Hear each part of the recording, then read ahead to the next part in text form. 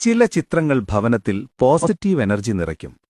അത്തരത്തിലൊന്നാണ് ശിവകുടുംബചിത്രം.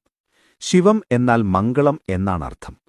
കുടുംബജീവിതം അതീവ ഹൃദ്യമായി കാട്ടുന്ന ഈ ചിത്രത്തിൽ മഹാദേവന്റെയും പാർവതീദേവിയുടെയും ഇരുവശത്തായി പുത്രന്മാരായ ഗണപതിയും സുബ്രഹ്മണ്യനും ഉപവിഷ്ടരായിരിക്കുന്നു.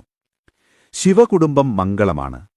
കുടുംബജീവിതത്തിന്റെ അടിസ്ഥാന സങ്കല്പമെന്താവണമെന്ന് ശിവകുടുംബം നമ്മെ കാട്ടിത്തരുന്നു. മഹാദേവന്റെ വാഹനം കാളയാണ്, ദേവിയുടേത് സിംഹവും. ഒരാൾ മറ്റേയാളിന്റെ ഭക്ഷണം. പുത്രന്മാരിൽ ഗണപതിയുടെ വാഹനം എലിയും സ്കന്ദന്റെ വാഹനം മയിലുമാണ്. ശിവന്റെ കണ്ഠാഭരണമാണ് നാഗം. നാഗമാണ് മയിലിന്റെ ഭക്ഷണം. നാഗത്തിന്റെ ഇര എലിയും.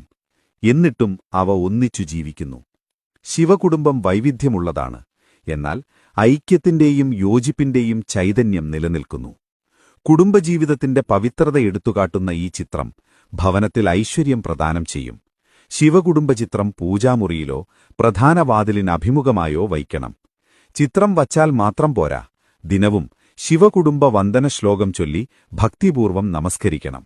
നിത്യേന 3 തവണ മഹാദേവനെയും പാർവതീദേവിയെയും സ്കന്ദനെയും ഗണപതിയെയും സ്മരിച്ചുകൊണ്ട് ഈ വന്ദനശ്ലോകം ചൊല്ലുന്നത് കുടുംബത്തിൽ ഐക്യവും അഭിവൃദ്ധിയും സമ്മാനിക്കും.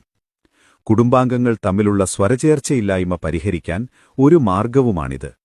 വടക്കോട്ട് ദർശനമായ വീട്ടിൽ പ്രധാന വാതിൽ വടക്കോട്ടായിരിക്കുമല്ലോ. അപ്പോൾ ചിത്രത്തിനു മുന്നിൽ തെക്കോട്ടായി നമസ്കരിക്കാൻ പാടില്ല. പകരം വലതുവശത്തേക്കു മാറി കിഴക്കോട്ടേക്ക് അഭിമുഖമായി വന്ദനശ്ലോകം ചൊല്ലി നമസ്കരിക്കാവുന്നതാണ്. ശിവകുടുംബ വന്ദനശ്ലോകം.